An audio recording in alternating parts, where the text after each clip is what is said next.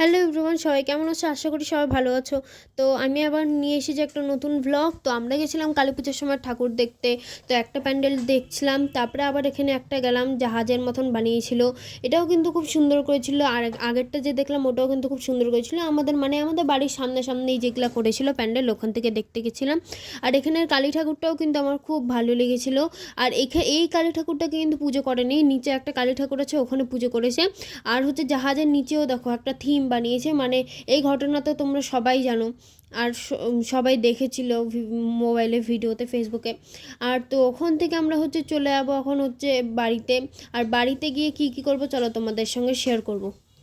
এখানে দেখো, এখানে আমার ভাইয়ের একটুকু ভয় নেই। বোম ফাটিয়ে নিয়ে আবার দৌড়ে আসে, মানে ওর বাবার সঙ্গেই ফাটাচ্ছে, মানে আমার মেসোর সঙ্গে। তো স্কাই শটগুলো ফাটাচ্ছে, তাও কিন্তু ওর ভয় নেই। বলে কি যে দেখ, তোর থেকে তুই ভয় পাইস, আমি ভয় পাই না।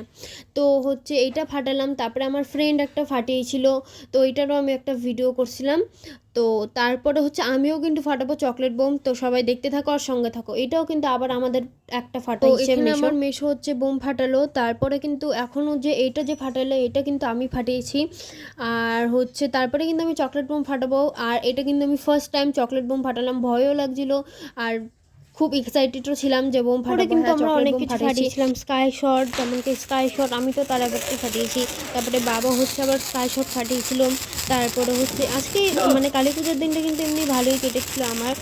আর সেই মজাও হয়েছিল। তো তোমাদের কেমন লাগলো আমার এই ভ্লগটা? প্লিজ লাইক শেয়ার সাবস্ক্রাইব করে দিবে।